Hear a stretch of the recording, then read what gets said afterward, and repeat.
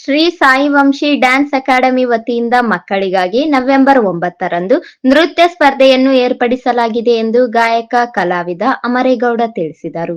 ನಗರದ ಪತ್ರಿಕಾ ಭವನದಲ್ಲಿ ಕರೆದ ಪತ್ರಿಕಾಗೋಷ್ಠಿಯನ್ನು ಉದ್ದೇಶಿಸಿ ಮಾತನಾಡಿ, ಅಂದಾಜು ವರ್ಷದಿಂದ ನಗರದ ವಿದ್ಯಾರ್ಥಿಗಳಿಗೆ ನೃತ್ಯವನ್ನು ಕಲಿಸುತ್ತಾ ರಾಜ್ಯ ಮತ್ತು ಅಂತಾರಾಜ್ಯ ಮಟ್ಟದವರೆಗೂ ಬೆಳೆಸುತ್ತಾ ಬಂದಿದೆ ಎಂದರು.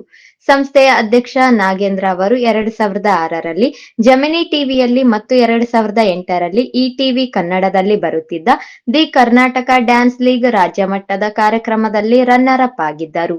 2015ರಲ್ಲಿ ತಮ್ಮ ವಿದ್ಯಾರ್ಥಿ ವೇಣುನನ್ನು ಪುನೀತ್ ರಾಜ್ಕುಮಾರ್ ನಡೆಸುತ್ತಿದ್ದ 7 ಅಪ್ ಡ್ಯಾನ್ಸ್ ಸ್ಪರ್ಧೆಯಲ್ಲಿ ಪ್ರಥಮ ಸ್ಥಾನ ಬರುವಂತೆ ಮಾರ್ಗದರ್ಶನ ನೀಡಿದ್ದರು. ಇದಲ್ಲದೆ ತಮ್ಮ ಪುಟ್ಟ ಶಿಷ್ಯ ವಿದ್ಯಾರ್ಥಿನಿ ಶ್ರೀರಕ್ಷಾಗೆ 2016ರಲ್ಲಿ ಇಟಿವಿ ತೆಲುಗು ಚಾನೆಲ್ನಲ್ಲಿ ಸೆಮಿಫೈನಲ್ ವರೆಗೂ ಕರೆದುಕೊಂಡು ಹೋಗಿದ್ದರು ಎಂದು ಸಂಸ್ಥೆ ಸಾಧನೆಯನ್ನು ಹೇಳಿ, ಸಂಸ್ಥೆಯ ವಾರ್ಷಿಕೋತ್ಸವದ ಅಂಗವಾಗಿ ನಗರದ ಸಿದ್ದರಾಮ ಜಂಬಲ್ದಿನ್ನಿ ರಂಗಮಂದಿರದಲ್ಲಿ ನವೆಂಬರ್ 9ರಂದು ಸಂಜೆ 6 ಗಂಟೆಗೆ ಮಕ್ಕಳಿಗಾಗಿ ಸ್ಪರ್ಧೆ ಏರ್ಪಡಿಸಲಾಗಿದೆ. ಈಗಾಗಲೇ ವೈಯಕ್ತಿಕ ವಿಭಾಗದಲ್ಲಿ 25 ಜನರು ಹಾಗೂ ಸಾಮೂಹಿಕ ನೃತ್ಯ ಸ್ಪರ್ಧೆಯಲ್ಲಿ 10 ಜನ ನೋಂದಣಿ ಮಾಡಿಕೊಂಡಿದ್ದಾರೆ. 6ರಿಂದ 18 ವರ್ಷದವರೆಗಿನ ವಯೋಮಿತಿಯವರೆಲ್ಲರೂ ಸ್ಪರ್ಧೆಗೆ ಅರ್ಹರಾಗಿದ್ದಾರೆ ಎಂದು ತಿಳಿಸಿದರು. ಸಾರ್ವಜನಿಕರು ಹೆಚ್ಚಿನ ಸಂಖ್ಯೆಯಲ್ಲಿ ಪಾಲ್ಗೊಂಡು ಸ್ಪರ್ಧೆಗೆ ಮೆರುಗು ತರಬೇಕು ಎಂದು ಕೋರಿದರು. ದಿನಾಂಕ 9ರಂದು ಶ್ರೀ ಸಾಯಿ ವಂಶಿ ಡ್ಯಾನ್ಸ್ ಅಕಾಡೆಮಿ ವತಿಯಿಂದ ಮಕ್ಕಳಿಗೆ ಸೋಲೋ ಡ್ಯಾನ್ಸ್ ಅಂದರೆ ಒಬ್ಬರೇ ಮಾಡುವಂಥ ಸೋಲೋ ಡ್ಯಾನ್ಸ್ ಹಾಗೂ ಗ್ರೂಪ್ ಡ್ಯಾನ್ಸ್ ಇದೆ. 2 ರೀತಿಯಲ್ಲಿ ನೃತ್ಯವನ್ನು ನಾವು ಸ್ಪರ್ಧೆ ಮಾಡ್ತಾ ಇದ್ದೇವೆ.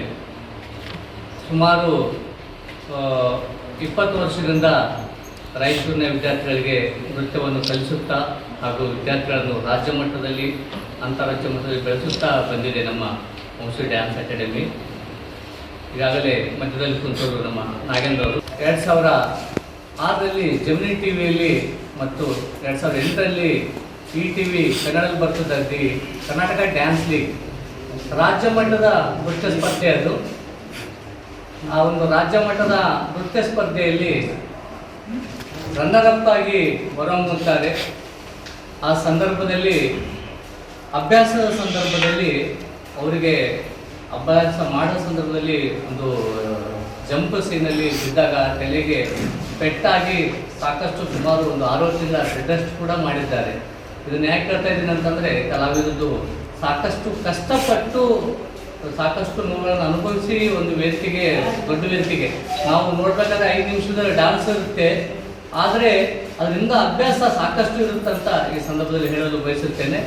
ಜೊತೆಗೆ ತಾವು ಬೆಳೆದಲ್ಲದೆ ತಮ್ಮ ವಿದ್ಯಾರ್ಥಿಯಾದಂತಹ ವೇಣು ಅವ್ರನ್ನ 2016ರಲ್ಲಿ ನಮ್ಮ ಪುನೀತ್ ರಾಜ್ಕುಮಾರ್ ನಡೆಸಿಕೊಟ್ಟಿದ್ರು 7 ಅಪ್ ಡ್ಯಾನ್ಸ್ ಸ್ಪರ್ಧೆ ಅಂತ ಹೇಳಿ. 7 ಜನ ಆ ಒಂದು ಸ್ಪರ್ಧೆಯಲ್ಲಿ ಇರುತ್ತಾರೆ. 7 ಜನ 7 ಅಪ್ ಡ್ಯಾನ್ಸ್ ಅಂತ ಹೇಳಿ ಅದರಲ್ಲಿ ಇವರು ವಿದ್ಯಾರ್ಥಿ ವೇಣು ಫಸ್ಟ್ ಪ್ರೈಸ್ ತೆಗೆದುಕೊಂಡು ಬರ್ತಾನೆ.